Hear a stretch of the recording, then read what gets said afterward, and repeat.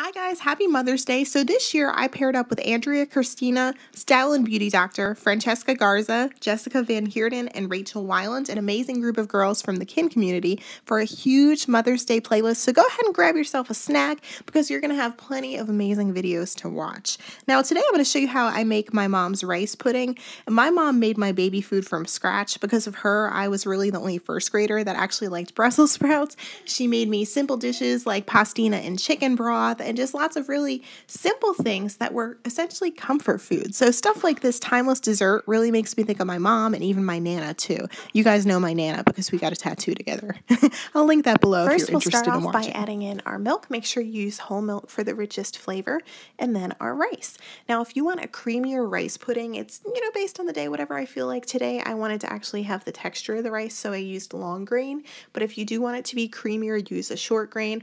And the biggest thing when making a recipe that your mom makes is you always use what you have in stock. My mom would never go out and run out just to buy short grain rice if she had the long grain. And so that's what we're going to do today. We're going to go with what we actually have in stock, and then you're going to just stir and stir and stir. The biggest thing with a rice pudding, just make sure you continuously stir, because when you do that, you're bringing out the starch in the rice, and that's going to make it a lot richer. Then I'm adding in some eggs.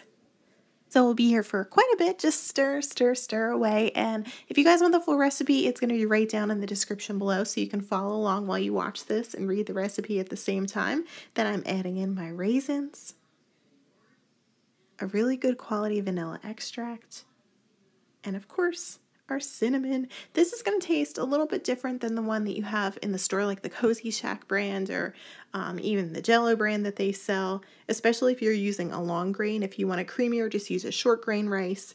And that's, pretty much my biggest tip, just to make it really, really rich. But this, you're going to taste the texture of the rice, which personally, I kind of like that.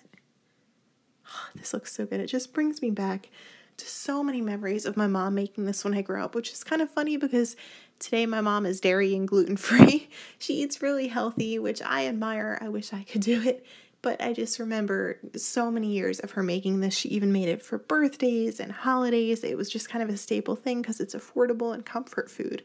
Oh my goodness, this is so rich and decadent, and I love it because I know I always have these ingredients in my pantry, so you just throw it together at any point in time without having anything special on hand.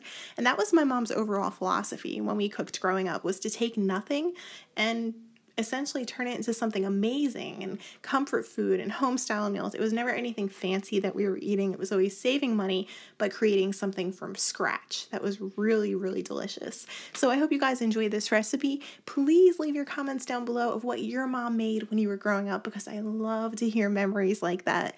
Make sure that you treat your mom really well for Mother's Day. Get her something good. Take her out to a good lunch, a good dinner, or cook her something from scratch. I hope you guys have a delicious day, and I'll see you soon.